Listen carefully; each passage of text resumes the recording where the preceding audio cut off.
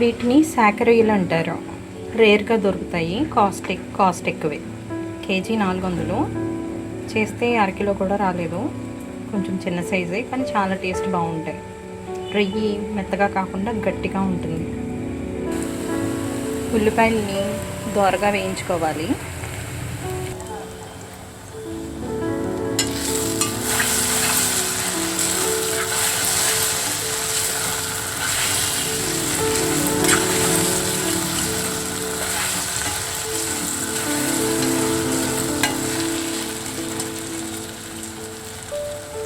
ఉల్లిపాయలకి తగినంత నూనె వేసుకుని 3 పచ్చిమిర్చి వేసాను.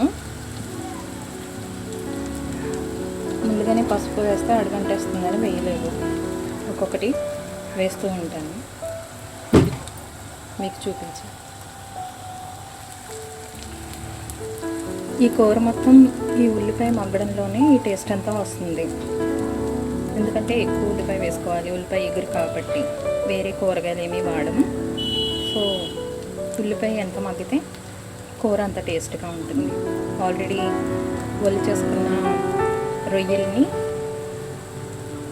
వాటర్ లేకుండా తీసేసి గ్యాస్ మీద సాల్ట్ పసుపు వేస్తే ఇంకా నీరు దిగుతుంది. అప్పుడు రొయ్య అనేది కాస్త గట్టిపడుతుంది. ఇది నాన్ వెజ్ కాబట్టి 1/2 స్పూన్ పసుపు పడుతుంది.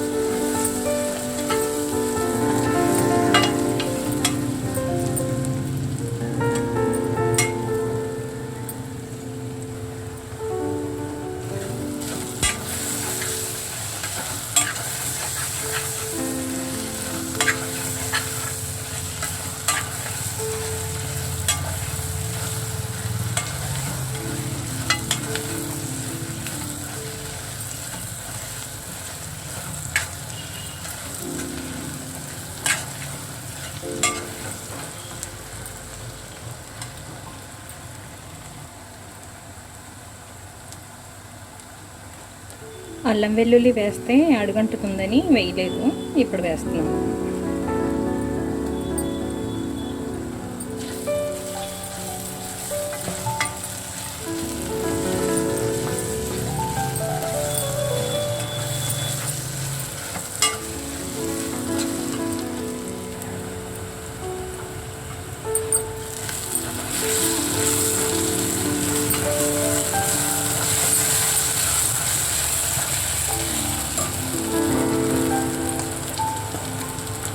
నీరు లేకుండా ఈ ఉడకబెట్టుకున్న రొయ్యలను వేసుకుందాం.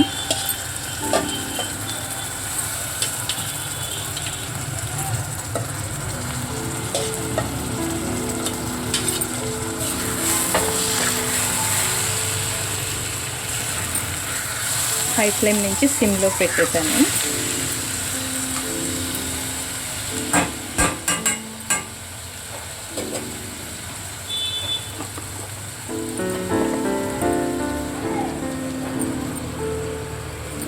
స్పూనున్నర కారం వేస్తున్నాను.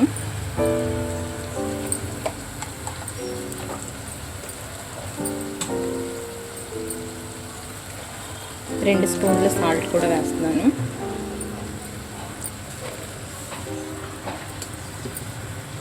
ఇలా వేసిన తర్వాత మూత పెట్టి కాసేపు మగ్గనిచ్చిన తర్వాత కదపాలి.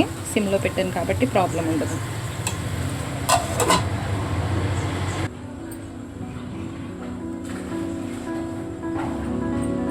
ఒక 5 నిమిషాల తర్వాత మూత తీసుకుని చూసారా కారం మెత్తబడుతుంది.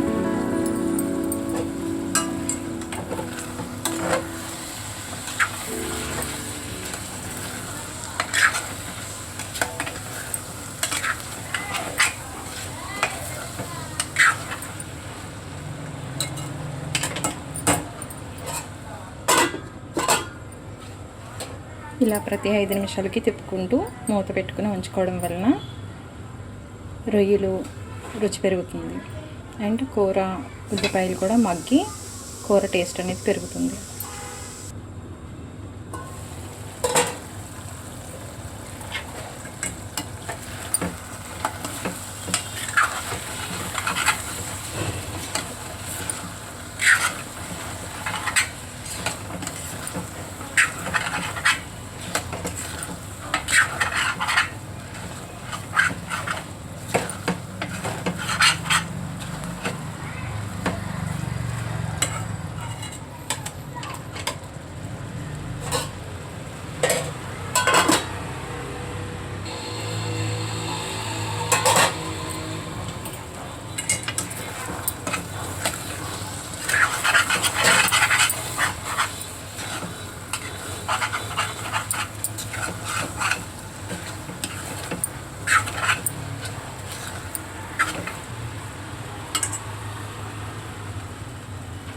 ఇప్పుడు హై ఫ్లేమ్లో పెట్టి ఇందులో ఉన్న వాటర్ మొత్తం ఇంకేదాకా వేయించుకుని వాటర్ పోయాలి 1 గ్లాసు.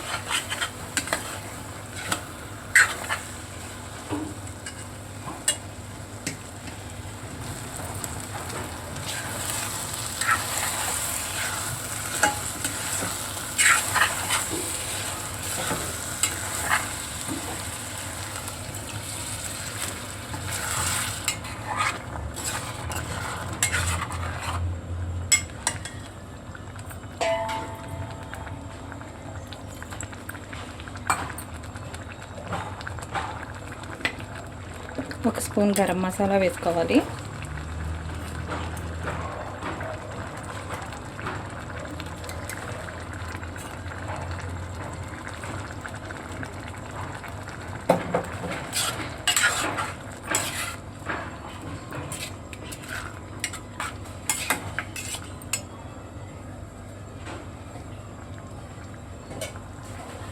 ఈ కరివేపాకులో రసం దిగడం కోసం నేను కరివేపాకును ముందుగానే వేస్తున్నాను.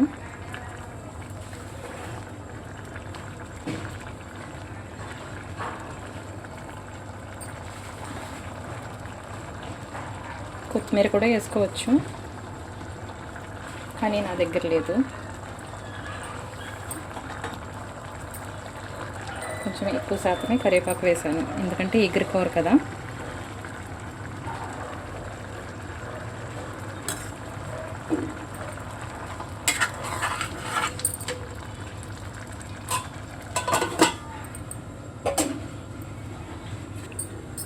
మరొక 5 నిమిషాలు ఇలాగా ఉడికిన తర్వాత పొగలు వస్తుంది.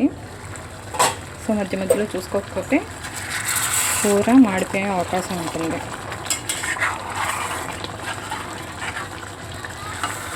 నా కూరల్లో సీక్రెట్ ఒక్కటే, అడుగంటాలి కానీ మాడకూడదు. ఈ విధంగా చేసుకోగలిగితే కూర అనేది చాలా బాగుంటుంది.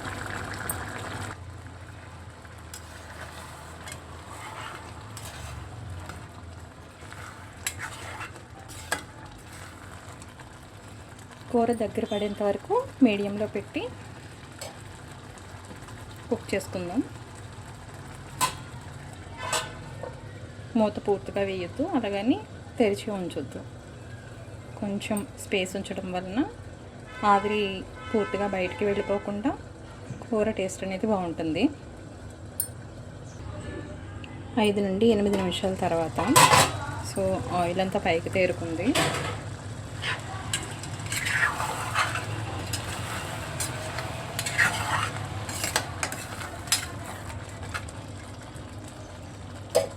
ఈ విధంగా ఉన్నప్పుడే కట్టేసుకున్నా సరిపోతుంది. కాకపోతే నేను ఇంకొంచెం సేపు కుక్ చేస్తాను.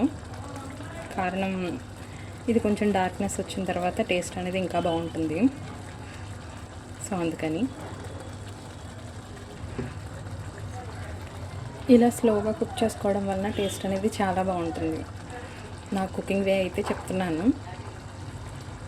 టేస్టింగ్ బడ్స్ ఉన్న వాళ్ళు కాస్త ఓపిక్గాని కర్రీస్ అనేవి ప్రిపేర్ చేసుకుంటారు. 100 రకాల కూరలు ఉండే కంటే ఒక్క కూరతోటైనా కడుపు నిండా తినాలనేది నా ఉద్దేశం. సో నా వంటలు కనుక మీకు నచ్చినట్టయితే లైక్ చేయండి, షేర్ చేయండి, సబ్స్క్రైబ్ చేసుకోవడం మర్చిపోకండి.